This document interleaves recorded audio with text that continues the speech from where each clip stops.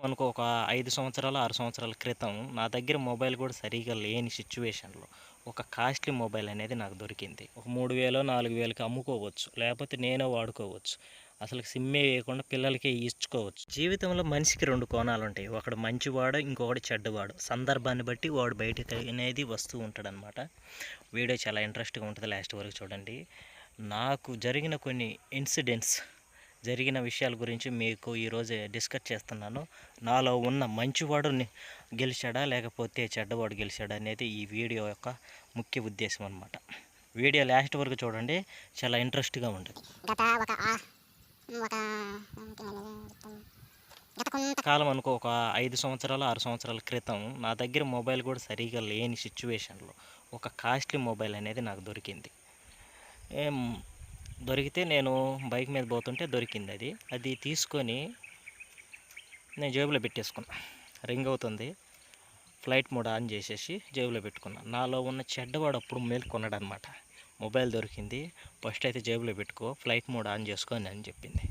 కాకపోతే నేను మార్గ మధ్యంలో ఉంటున్నప్పుడు నాలో ఉన్న మంచివాడు మేల్కొని వాడేమన్నాడంటే, ఇది వేరే వాళ్ళ సొమ్ము, మనకు అవసరం లేదు, మనం మన పరిస్థితిలో అనుకూలంగా ఉన్నప్పుడు మనం దీనికంటే బెస్ట్ మొబైల్ మనం కొనుక్కోగలం అని చెప్పాడనమాట.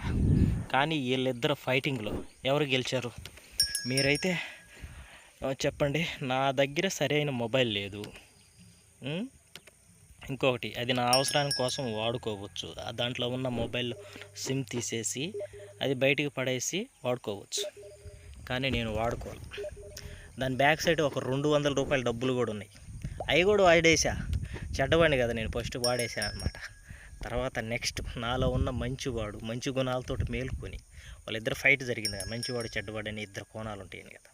వాళ్ళిద్దరు ఫైట్ చేసుకొని లాస్ట్గా అయితే మంచివాడు ఏమని చెప్పాడంటే, మనకు అనవసరం వద్దు అని చెప్పేసి మొత్తానికైతే నా నిజాయితీ అనేది అప్పుడు బయటపడింది అనమాట. నాకు ఈ మొబైల్ వద్దు అని అనిపించేసి ఫ్లైట్ మోడ్ ఆఫ్ చేసేసి అతను ఫోన్ చేశాడనమాట. అన్న, నా మొబైల్ పోయింది, ఇదే సిచ్యువేషన్ అని చెప్తే, తమ్ముడు ఎక్కడ పోయింది, ఎవరు నువ్వు, అది ఇది అంటే మా పక్క ఊరే అతనిది. ఇంకా అతను వచ్చేసి తీసుకున్నాడు మొబైల్. అన్న, నేను పోలీస్ కంప్లైంట్ ఇచ్చాను, నువ్వు ఈకపోయినా దొరుకుద్దన్న ఫోన్ అంట. అరే తమ్ముడు, అవన్నీ వేస్ట్ ముచ్చట్లు. నాకు ఇయ్యాలనిపించింది, నాలో ఉన్న మంచి గుణం వల్ల నీ మొబైల్ దొరికింది. దీంట్లో నేను ఇవ్వకుండా ఏ మొబైల్ షాప్లోకి పోయి ఒక 100-200తో నాకు 400 పెట్టుకొని దాంట్లో లాక్ ఉంటుంది కదా, లాక్ తీసేసి ఒక 3000-4000కి అమ్ముకోవచ్చు. లేకపోతే నేనే వాడుకోవచ్చు. అసలు సిమ్మే వేయకుండా పిల్లలకే ఇచ్చుకోవచ్చు. కానీ అది నేను చేయలే. ఎందుకంటే నాలో ఉన్న నిజాయితీ నీకు ఇస్తుంది. దీని బ్యాక్ సైడ్ ఒక 200 డబ్బులు ఉన్నాయి, అవి నేను వాడేసిన. ఇదిగో నీకు ఫోన్పే నెంబర్ చెప్పు అని ఆ 200 కూడా రిటర్న్ అతను కొట్టేశాను. ఇంకా అంతన అతను నీకు కూడా ఎలాంటివి ఏమైనా దొరికితే నువ్వు ఎదుటి వాళ్ళకి ఇవ్వు, సహాయం చెయ్యి అని చెప్పాను అనమాట. అది నా ఒక మంచితనం, నా గుణం అనమాట.